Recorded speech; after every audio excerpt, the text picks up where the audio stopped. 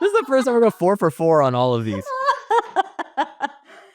Well, absolutely. Change is a must. I mean, everything that has been going on for, I don't know, dozens of years, it's just not working anymore. And the change is coming. I mean, we have to adjust to the change. We have to admit that real estate industry, the way it is now, and you were talking about NAR and MLSs, it's so in the past. We have to overcome and embrace the future and change it completely. Maybe we don't need National Association of Realtors and all the MLSs that are collecting. Maybe it's maybe it's and not everyone agrees with that. Maybe it's okay to just work with companies like Zillow and homes.com and let them take over.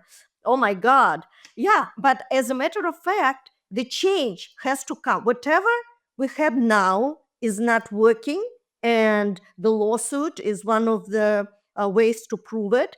And I think that it has to change completely, like from ground zero up. Not just little changes, not like let's increase the fees and maybe we will lose some agents, or no, it shouldn't. Or let's combine MLSs, and instead of 200 MLSs, we will have 50.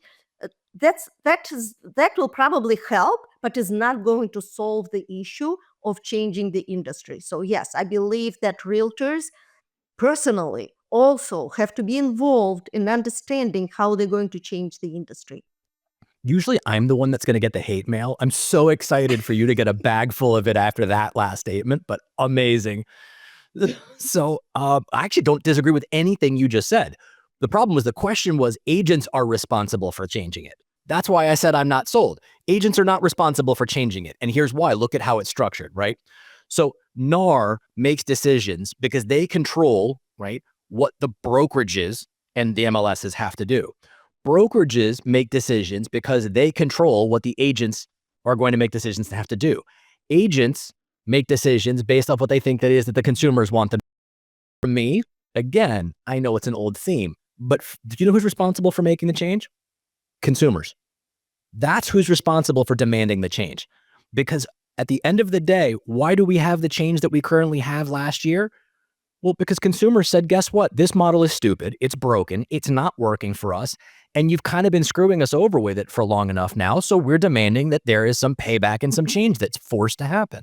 And that's what's driving the change. Because I'm sorry, left to their own devices, Lucy, you and I both know ain't nobody going to change anything. They don't want to change anything. They have no need to change anything. That's why it's been the same forever. Listen, you and I both know, and I'll give you a perfect example. You ready? Mm-hmm. When you buy that shampoo that has the pump in it, right? Do you ever notice how they never make the straw in it long enough to get the bottom of the bottle, right? So what happens? You turn into like early man where you're like, whoa, like to like dig it out and wipe it on your head and put some water in it and go through all of that process. Could it be changed? Absolutely. Do they want to? No. Why? Because there's too much money in it for them. That's the root of the problem. Consumers need to be the ones that come to the industry and say, by the way, we're not putting up with this bullshit anymore. We demand something different. We expect something to be different. And this is how we'd like to have it moving forward. And I agree with you. However, consumer is too busy with their own lives. I have a job, maybe 2 jobs. I have 3 kids. I have 2 dogs. I have a sick mother, or whatever it is. You have so many responsibilities. And then on top of all that, I'm going to think about how I will be changing real estate industry. That can be too much. Wait a second. I can make it really simple for you. And this probably should be an entire topic, right, for a whole other episode, but I'm going to make it really simple for you. If I started a, what are those polls, the petitions?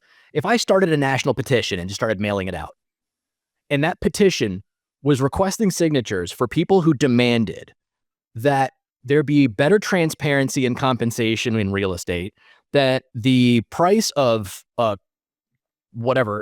commissions go down, and that there be more public availability and access to information, not controlled by these multiple listing services and all of that. You don't think people would click a button and sign that?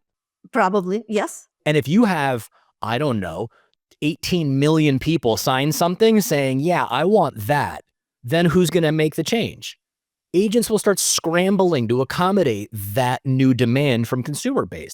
So he's not too hard. People vote with their wallets. That's the reality of it. Yes, people are lazy, but all you need is one good TikTok dance and watch how it all happens.